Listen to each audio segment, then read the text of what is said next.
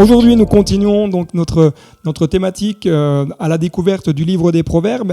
Et aujourd'hui, c'est le chapitre 14, verset 21 que nous allons lire ensemble. Celui qui méprise son prochain commet un péché, mais heureux celui qui a pitié des misérables. La parole de Dieu, dans son ensemble, nous rappelle qu'il y a plusieurs aspects de la vie spirituelle que nous ne devons pas écarter de notre vie. Il y a plusieurs aspects de notre vie spirituelle que nous ne pouvons pas mettre de côté. Et il me semble que chacun d'entre nous, nous devons veiller à ce que notre cœur ne s'endurcisse pas face à la difficulté et face à la misère de ceux qui nous entourent. Aujourd'hui, nous voyons tellement de misère, tellement de personnes dans la difficulté, que ce soit au travers des médias, que ce soit peut-être dans l'endroit où vous vivez, qu'on s'habitue à voir ces personnes-là. Et il est évident que nous ne pourrons pas aider tout le monde, nous ne pourrons pas satisfaire à tous les besoins. Mais notre texte nous invite à ne pas mépriser notre prochain. Le verbe mépriser dans l'hébreu signifie littéralement que c'est prendre une personne comme étant insignifiante. Cela est valable en de nombreuses circonstances et je dirais, et pas que dans le besoin naturel. Mépriser une personne parce qu'elle ne nous ressemble pas. Aujourd'hui, nous en entendons parler. Mépriser une personne parce qu'elle n'a pas la même culture. Ou alors, mépriser une personne parce qu'elle est trop jeune, trop âgée. Et si Dieu nous demandait de leur parler de son amour? Et si Dieu nous demandait de leur parler d'un message d'espérance? Est-ce que je suis peut-être trop centré sur moi-même, sur ma vie, au point que je méprise ceux qui m'entourent? Est-ce que parce que je suis trop centré sur moi, je ne vois plus les besoins des autres?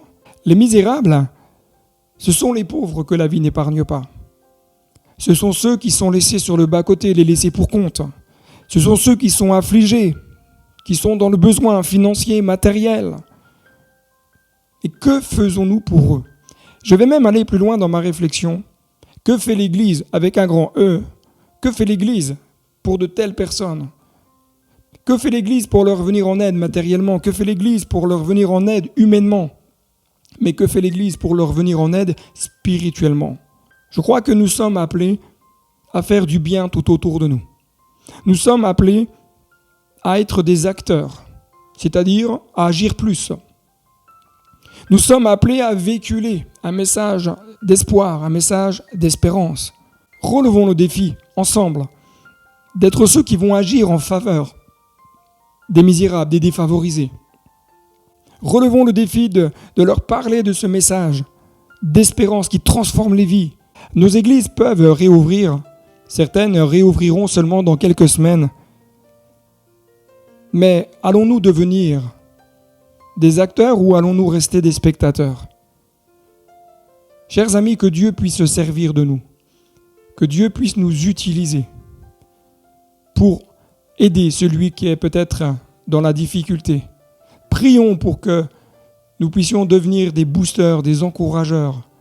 Prions pour que nous puissions devenir des instruments de bénédiction entre ses mains, afin qu'au travers d'une main tendue, nous puissions également partager le pain de l'Évangile, partager cette vie, partager ces paroles de grâce, cette bonne nouvelle que Jésus sauve encore aujourd'hui.